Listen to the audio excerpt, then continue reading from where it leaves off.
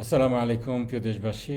আপনারা জানেন আমরা গত কয়েকদিন আগে একটি মুলতবি প্রস্তাব এনেছিলাম, জুলাই জাতীয় সনদ বাস্তবায়ন আদেশ। এটা কিভাবে এটাকে সরকার লঙ্ঘন করেছে, ৮ এবং ১০ অনুচ্ছেদ লঙ্ঘন করে তারা শপথ নেয়নি এবং এটা সভা আহ্বান করেনি।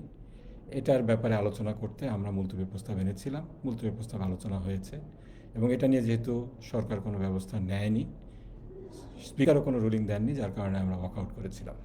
ওয়াকআউট করার আগে স্পিকার আমাদেরকে এটার ব্যাপারে একটু বলেছেন যে আপনারা যেটা এনেছেন সেটা আসলে মুলতবি প্রস্তাব হয় না, কারণ এই বিষয়টি আইন করে সমাধান করতে হবে।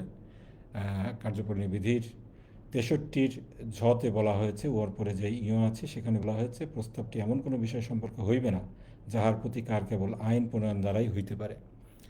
তো ওনার ভাষায় এটা যেহেতু আইন প্রণয়ন করেই হইতে পারে, আমরা এটা দ্বিমত এখানে আছে। আমরা বলেছি আইন তো হয়ে গিয়েছে, সেটার ব্যাপারে জনরায় হয়েছে এবং সংস্কার পরিষদ ডাকা হচ্ছে না, এটাই বিষয়। এবং সেখানে আলোচনা করে সংবিধানকে অ্যাডপ্ট করা হচ্ছে না, সেটাই বিষয়। এটা সংসদে আইন পাশ করার কোনো বিষয় না। কিন্তু তিনি কথা বললেন। পরবর্তীতে গতকালকে আমরা অবাক হয়ে লক্ষ্য করলাম যে আরেকটি মুলতবি প্রস্তাব আনা হলো এবং সেটাকে গ্রহণ করা হলো। এবং সেখানে তারা বলছে এটা মুলতবি প্রস্তাবের বিষয়টা আমরা যে মুলতবি প্রস্তাব এনেছিলাম সেটা না, বরং একটু ডিফারেন্ট। এই ডিফারেন্সটা কি? ডিফারেন্সটা হলো আমরা জুলাই সনদ বাস্তবায়ন আদেশ সেটা কেন বাস্তবায়ন হচ্ছে না সেটার উপরে আলোচনা এনেছিলাম। আর ওনারা যেটা আলোচনা এনেছেন জুলাই সনদ কিভাবে বাস্তবায়িত হবে সেটার উপর আলোচনা। জুলাই সনদ বাস্তবায়নের ক্ষেত্রে ওনারা যেটা বলতে চাচ্ছেন যে একটি আইন পাশ করে সংবিধান সংসদের মাধ্যমে তারা এটা করবেন।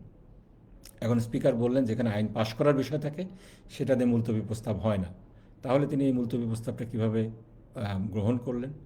এটা তো আসলে দ্বিচারিতা হয়ে গেল, কার্যপ্রণালী বিধির লঙ্ঘন হয়ে গেল। এইরকম যদি চলতে থাকে, সকল বিষয়ে তাদের 2/3 মেজরিটি আছে। স্পিকার বলেছেন তিনি নিরপেক্ষ থাকবেন, নিরপেক্ষতা তিনি শপথ নিয়েছেন।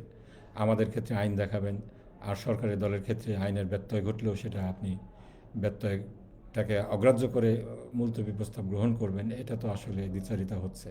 আমাদেরকে পরিকল্পিতভাবে সংসদে আমাদেরকে কথা বলতে দেওয়া হচ্ছে না, আমাদেরকে রাজপথ দেখিয়ে দেওয়া হচ্ছে জনগণের কথা বলার জন্য, জনগণের স্বার্থ রক্ষার জন্য।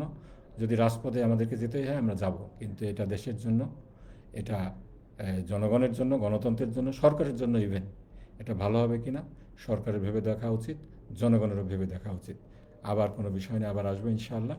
আসসালামু আলাইকুম ওয়া রাহমাতুল্লাহি ওয়া বারাকাতুহু।